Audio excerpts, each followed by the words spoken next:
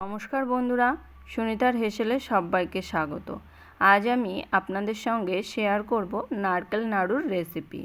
নারকেল নাড়ু কিন্তু আমরা প্রায়শই সকলেই বাড়িতে বানিয়ে থাকি, তবে আমি কিভাবে সাধারণত বানিয়ে থাকি সেটাই আজ আমি আপনাদের সঙ্গে শেয়ার করব।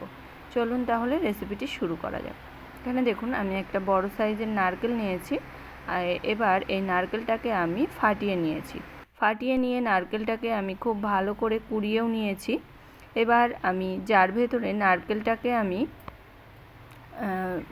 রান্না করব তার ভেতরে তাই সেই কড়াইয়ের মধ্যেই আমি নারকেলগুলোকে নিয়ে নেব। এখানে আমি কোরানো নারকেলগুলো দিয়ে দিয়েছি। দিয়ে এবার এর মধ্যে আমি দিয়ে দেব পরিমাণ মতো গুড়।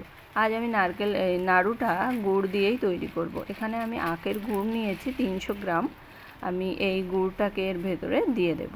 দিয়ে আমি এই গুড়টা খুব ভালো করে নারকেলের সঙ্গে মাখিয়ে নেব। এই মাখানোটা কিন্তু যত ভালো হবে নারকেলটা নাড়ুগুলো ততই কিন্তু ভালো হবে। নারকেল নাড়ুটা পাকাতে কিন্তু ততই ভালো হবে। এইভাবে আমরা একটু নারকেলটাকে খুব ভালো করে মাখিয়ে নেব গুড়ের সঙ্গে।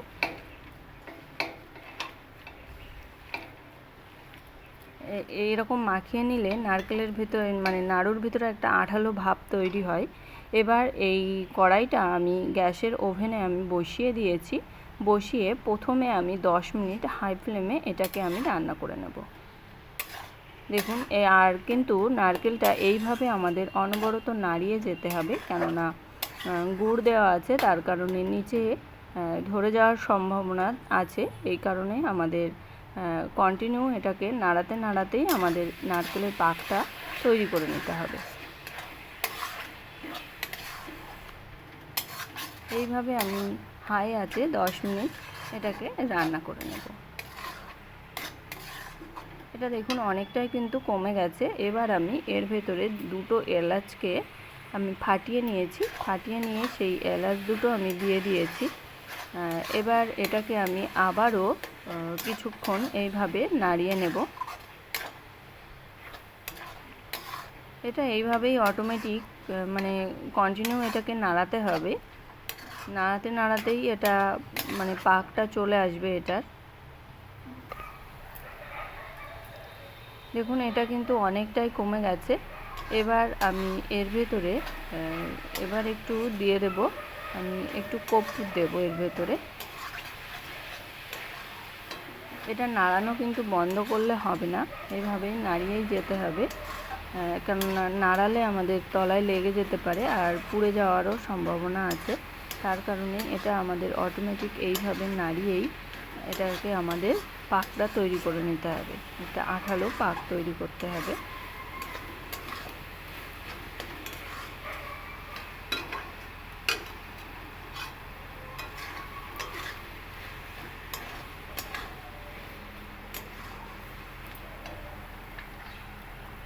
এবার আমি এর ভেতরে একটু কর্পূর দেব।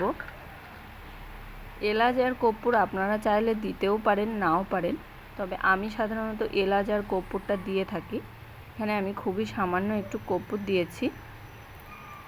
এবার এই কর্পূর দিয়ে আমি আবারও 5 থেকে 7 মিনিট লো টু মিডিয়াম আঁচেই এটাকে আমি রান্না করে নেব। যখন পাকটা তৈরি হয়ে যাবে তখন আপনারা নিজেরাই বুঝতে পারবেন যে নারকেলটা কড়ার গা থেকে ছেড়ে আসছে আর এক জায়গায় দলা পেকে যাচ্ছে। তখনই বুঝবেন যে পাকটা খুব ভালো করেই হয়ে গেছে। তখনই এটাকে নামিয়ে নিতে হবে। দেখুন আমার পাকটা কিন্তু এখনও রেডি হয়নি। এবার দেখুন আমি 5 থেকে 7 মিনিট পরেই আপনাদেরকে দেখাচ্ছি। এখানে কিন্তু পাকটা আমাদের পুরোপুরি রেডি হয়ে গেছে। বুঝতেই পাচ্ছেন দেখে কতটা আঠালো একটা পাক তৈরি হয়েছে। নারকেলটা অনেকটাই আঠালো ভাব তৈরি হয়ে গেছে। এবার এটা আমি গ্যাসটা অফ করে দিয়ে এটাকে আমি আবারও কিছুক্ষণ গ্যাস অফ করেই আমি এটাকে নাড়াতে থাকবো। নাড়িয়ে তারপরে আমি একটা প্লেটের ভিতরে এটাকে নামিয়ে নেব।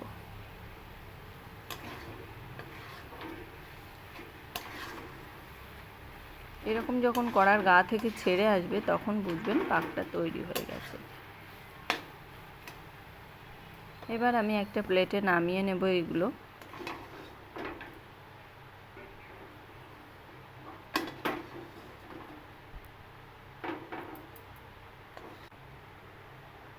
দেখুন এখানে আমি একটা প্লেটে নামিয়ে নিয়েছি।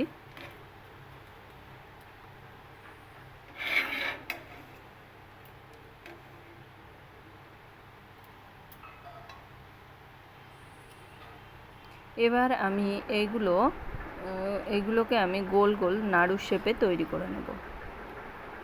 আর এই কাজটা কিন্তু একটু গরম থাকতে থাকতেই করতে হবে, তাহলে এই আঠালো ভাবটা থাকবে।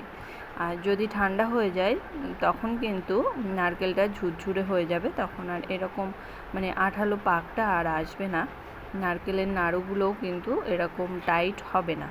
তার কারণে একটু গরম থাকতে থাকতেই এগুলোকে আমাদের পাক দিয়ে নিতে হবে। যে যেমন সাইজ পছন্দ করেন সেই অনুযায়ী নাড়ুটা তৈরি করে নিতে হবে।